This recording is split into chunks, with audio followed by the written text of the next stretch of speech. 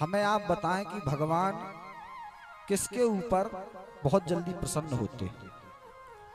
भगवान किसके ऊपर बहुत जल्दी प्रसन्न होते हैं? आप हमें ये बताएं।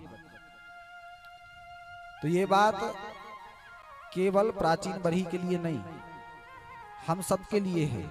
हमें बड़े ध्यान से इसको सुनना चाहिए कि भगवान कैसे कार्य करने से हमारे ऊपर बहुत जल्दी प्रसन्न होते हैं, क्योंकि हमें भी तो उनको प्रसन्न करना है। कौन कौन चाहता है भगवान को प्रसन्न करना? सब लोग चाहते हैं। तो सब चाहते हैं, तो फिर इस बात को ध्यान से सुने और इसका अनुसरण करें, तभी भगवान आपके ऊपर बहुत जल्दी प्रसन्न होंगे। तो नारद जी बताते हैं कि भगवान को अगर प्रसन्न करना है तो 3 सूत्रों में, अब 3 सूत्र हैं भगवान को प्रसन्न करने के। अगर आपने वो अपने जीवन में उतार लिए तो आप ये मानो कि भगवान आपके ऊपर प्रसन्न बहुत जल्दी हो जाएंगे, बहुत शीघ्रता से। वो 3 सूत्र कौन से हैं? दयायः सर्वभूतेषु संतुष्ट्यायेन केन वा सर्वेन्द्रियोपशान्त्या च तुष्यत्यासु जनार्दनः। तुष्यत्यासु जनार्दनः, भगवान इसके ऊपर बहुत प्रसन्न हो जाते हैं। किसके ऊपर? दयायः सर्वभूतेषु, वो व्यक्ति सबके ऊपर दया करे। सर्वभूतेषु अर्थात केवल उस पर नहीं, जो हमारे भाई हैं, जो हमारे परिवार वाले हैं, उनके ऊपर हम दया करें। जिनसे हमारा संबंध है हम उनके ऊपर बस दया करें, और जिनसे हमारा संबंध नहीं है उसको हम मारें, उसका हम अपमान करें, तो ये दया नहीं कहलाती। दया का स्वरूप क्या है? दया का स्वरूप है परस्मिन् बंधु वर्गेवा मैत्रे द्वेषे रूपो तथा आपन्ने रक्षितव्यम तु दयैषा परिकीर्तिता। अगर कोई मैत्रे द्वेष से रिपौ तथा, अगर कोई आपका शत्रु भी है और वो अगर कोई कष्ट में आपके पास आए तो आपको उसके ऊपर भी दया करनी चाहिए। उसके ऊपर भी आप दया करो, तब वो आपकी दया कहलाएगी। अपनों के ऊपर दया करना वो दया नहीं कहलाती, सबके ऊपर दया करो। परंतु आजकल तो हम जो हमारे अपने हैं उनके ऊपर दया करते हैं, और जो दूसरे हैं उनको हम कष्ट देते हैं। और केवल मनुष्यों के ऊपर दया करने के लिए नहीं कहा गया है। सर्वभूतेषु, संसार में जितने भी जीव जंतु सब के ऊपर दया करनी चाहिए। पशुओं के ऊपर दया करो, गौ माता के ऊपर दया करो। आज देखो, आपको कथा में आगे बताया जाएगा कि गौ माता, कल आपको हमने बताया था, महाराज पृथु ने गौ माता का दोहन किया और सारे रत्न प्राप्त हुए। आज जो संसार में जितने भी वस्तुएं हैं, जितने पदार्थ हैं, ये सारे पदार्थ गौ माता के दोहन से ही निकले हैं। गौ माता नहीं दिए पृथ्वी के रूप में, गौ माता नहीं दिए। जितने भी पदार्थ हैं सारे गौ माता से। और आज उन गौ माता की क्या स्थिति? गौ को कोई पालना नहीं चाहता, गौ की कोई सेवा करना नहीं चाहता। और उसका परिणाम क्या हो रहा है? उसका परिणाम यही हो रहा है कि आज व्यक्ति की आयु दिन प्रतिदिन कम होती जा रही है। दिन प्रतिदिन व्यक्ति की आयु कम होती जा रही है। उसका कारण यही है, आज जो गौ माता, केवल किसी को कितनी भी बड़ी बीमारी हो, अगर वो गौ माता के यहाँ जाए और गौ माता के ऊपर हाथ फेरे, एकदम से तो ठीक नहीं होगा। लेकिन ये बात पक्की है, अगर भाव से वो गौ माता के रोज दर्शन करे, गौ माता को रोज स्पर्श करे, तो उस व्यक्ति की बड़ी से बड़ी बीमारी ठीक हो सकती है। आपका खेत, कई लोगों का खेत होता है ना, उस खेत में कुछ नहीं निकल पाता, वो कितनी भी मेहनत करे लेकिन उस खेत में उसको नुकसान ही होता है। अगर गौ माता की खाद, गौ माता का गोबर उस खेत में डाल दिया जाए, तो ये हम नहीं कह रहे, वैज्ञानिक लोग भी कहते हैं, उस खेत की जो मिट्टी है उसमें तत्व आ जाता है, मिट्टी में तत्व आ जाता है। क्यों आ जाता है? क्योंकि पृथ्वी के जो रत्न हैं वो किसने दिए थे कल? पृथु महाराज को गौ माता ने, गौ का दोहन करने से ही प्राप्त हुए थे ना। और आज हम उस गौ माता का तिरस्कार करते हैं, उस गौ माता को भगा रहे हैं। आज देखो रोडों पर गौ माता घूम रही है। तो ये हमारे हिसाब से विकास नहीं है। एक तरफ तो आप उसी परमात्मा की बनाई हुई गौ माता है और उन गौ माता के रोम रोम में देवी देवता विराजमान रहते हैं, और हम उन गौ माता का अपमान करते और फिर उन देवी देवताओं के पास जाते, देवी देवताओं के पास जाकर के प्रार्थना करते। तो क्या वो देवी देवता प्रसन्न होंगे?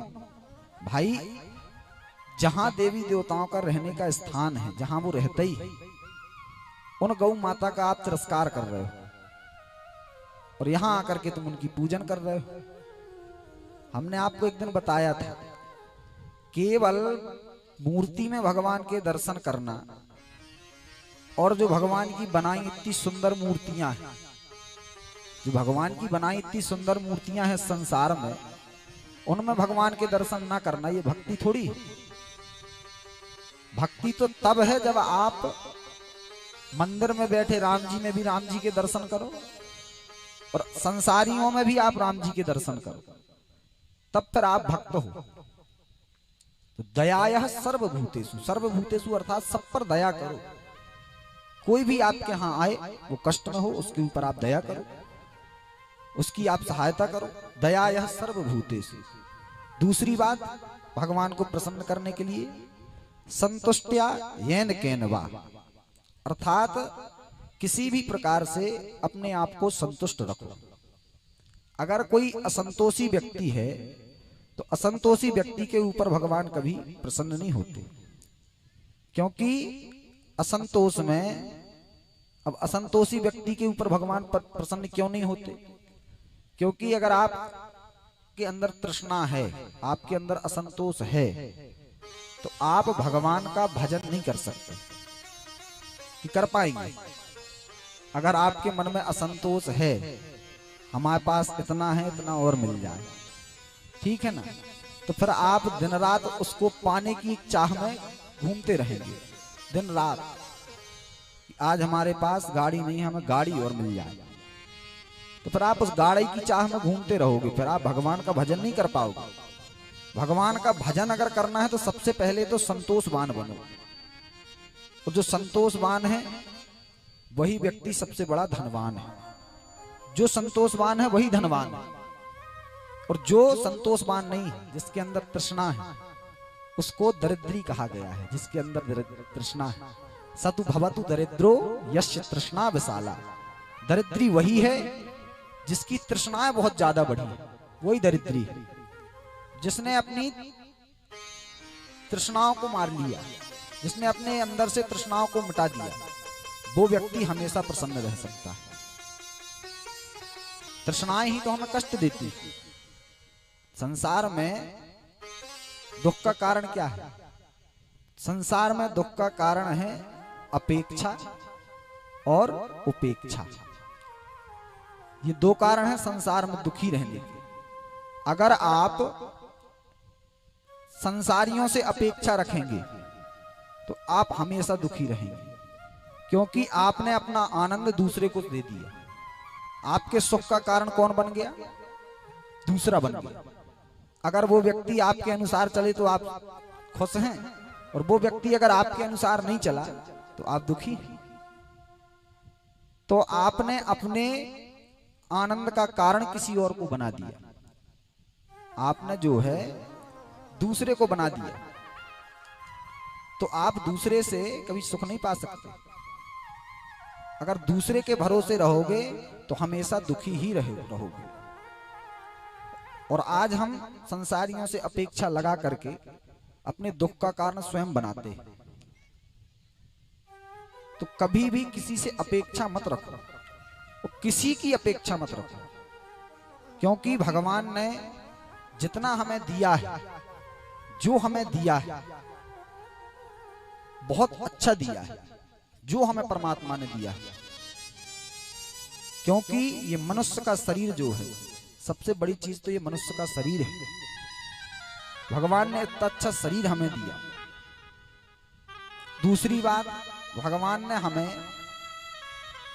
सब व्यवस्थाएं पहले से बनाकर रखी है, पूरी व्यवस्थाएं। जब हमारा जन्म नहीं होता, हम माँ के गर्भ में रहते हैं, उस समय भगवान ने कितनी सुंदर व्यवस्था बनाई। गर्भ में आप हो तब भी आपकी पूरी व्यवस्था कौन करता है उस गर्भ में? वो ईश्वर ही तो करता है। गर्भ में उसने हमारे लिए पूरी व्यवस्था बनाई। जन्म लिया जब हमने, जन्म के समय भी भगवान ने ही व्यवस्था बनाई। काहे कि लोग कहते हैं क्षीर सागर कपोल कल्पना है, होता नहीं है क्षीर सागर। अगर क्षीर सागर नहीं होता, पुत्र का जन्म हुआ और माँ के स्तनों में भगवान सीधा क्षीर सागर से कनेक्शन कर देते, सीधा क्षीर सागर से।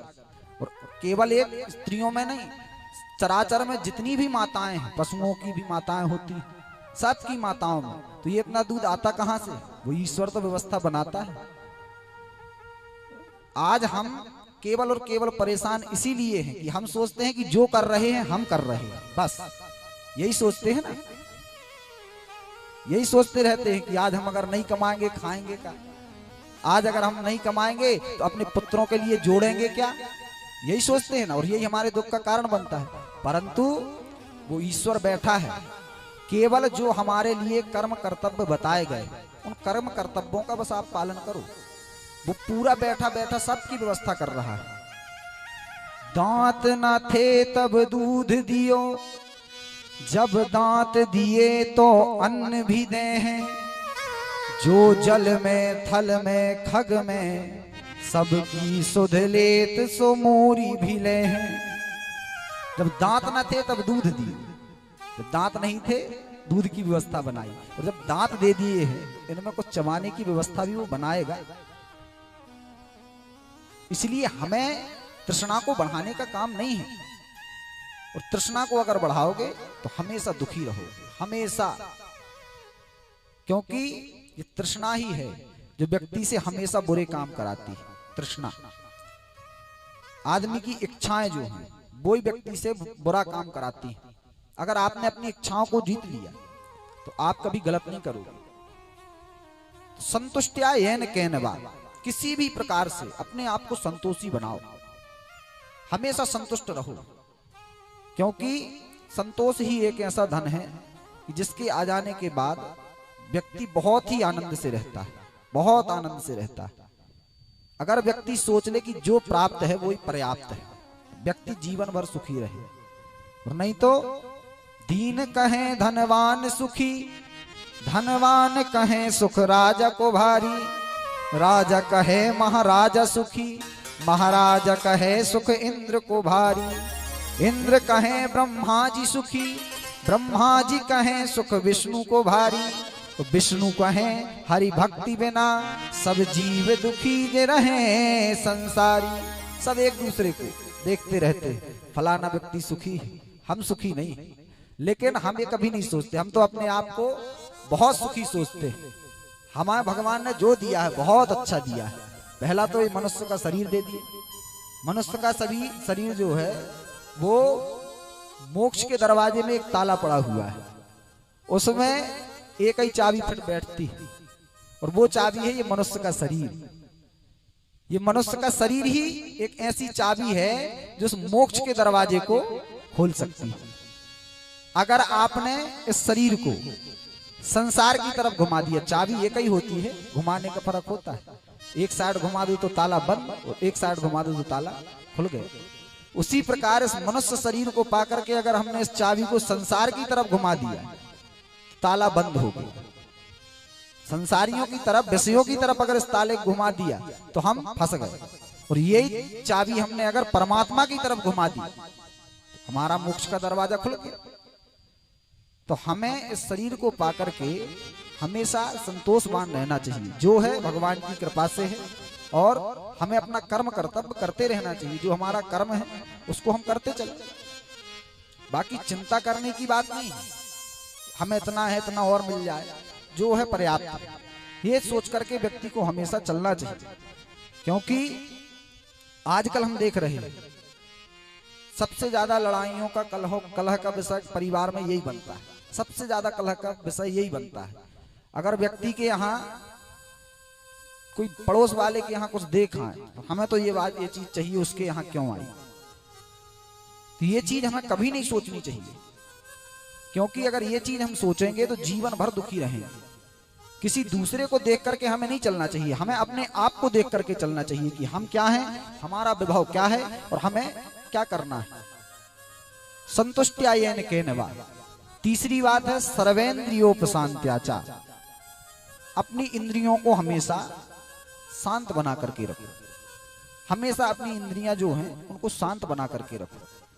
हम जो चाहें वो हमारी इंद्रियां देखें, हम जो चाहें वो हमारी इंद्रियां खाएं।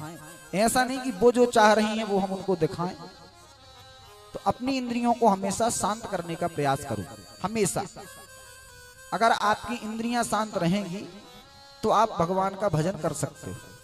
और अगर आपकी इंद्रियां शांत नहीं है, अगर आपके अंदर उद्विग्नता है, तो आप भगवान का भजन नहीं कर सकते। तो नारद जी कहते हैं कि अगर कोई व्यक्ति इन 3 सूत्रों को अपने जीवन में उतार ले, दया करे, संतोषवान रहे और तीसरी बात इंद्रियों को शांत रखे, तो वो व्यक्ति जीवन में कभी दुखी नहीं हो सकता और हम उसके ऊपर बहुत ज्यादा प्रसन्न होते हैं।